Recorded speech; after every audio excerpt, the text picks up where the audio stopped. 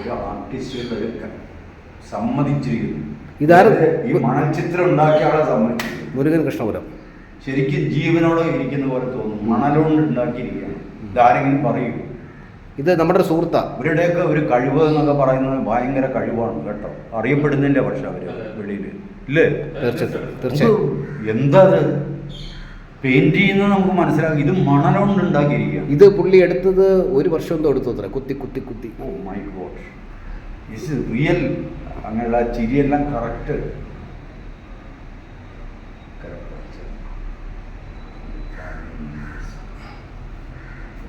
സത്യൻ്റെ family, സത്യൻ്റെ മക്കളും,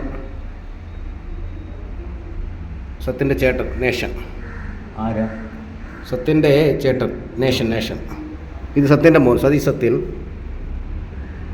ഇത് മൂത്തയാൾ, അല്ല അത് പ്രകാശ് സത്യൻ, ഇത് ജീവൻ സത്യൻ.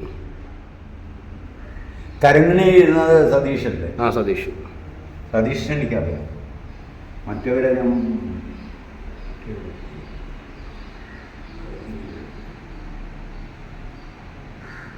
സത്യനും നസീറുമായിട്ടുള്ള രംഗങ്ങളുള്ള സിനിമകൾ ഇത് എനിക്ക് വളരെ ഇഷ്ടപ്പെട്ട ഒരു സീനാണ്. ആ സീന കണ്ടുപിടിക്കുന്ന അല്ലേ?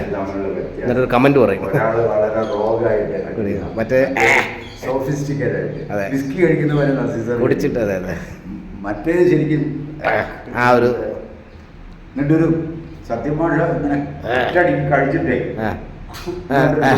കറക്റ്റ് കണ്ടുപിടി. കറക്റ്റ്. ഞാൻ അതിൻ്റെ കാര്യം പറഞ്ഞത്, ഈ സത്യമാഷിന്റെ ചില മിമിക്രി ആർട്ടിസ്റ്റ് കോമാളിത്തരം കാണിക്കുന്നില്ലേ? ഞാൻ അദ്ദേഹത്തിന്റെ ഫാമിലി മെമ്പർ ആയിരുന്നെങ്കിൽ അവർക്കെതിരെ കേസ് കൊടുക്കുകയായിരുന്നു. അദ്ദേഹമൊന്നും അങ്ങനെയൊന്നും കോമാളിത്തരമൊന്നും കാണിച്ചിട്ടില്ല. ഞങ്ങളൊക്കെ പുരുഷത്വത്തിന്റെ പ്രതീകമായിട്ട് കണ്ടൊരു ആക്ടറാണ്. കോളേജ് ഡേയ്സിലൊക്കെ സത്യം എന്ന് പറഞ്ഞ പുരുഷത്വത്തിന്റെ പ്രതീകമാണ്. അങ്ങനെ കൊണ്ടുപോയിട്ട് ഇങ്ങനെയൊക്കെ കാണിച്ചിട്ട് കോമാളിത്തരം കാണിക്കുക. മിമിക്രിയൊക്കെ കാണിക്കുമ്പോൾ നസീറിന്റെ ജയന്റെ കാണിക്കുമ്പോൾ നമ്മൾ അങ്ങനെ തോന്നുന്നില്ല. പക്ഷെ ഇങ്ങനെ ശരിക്കൊരു വളരെ അരോചകമായിട്ടുള്ള രീതിയിലാണ്. 2 ജെയിംസ് മലയാള സിനിമ.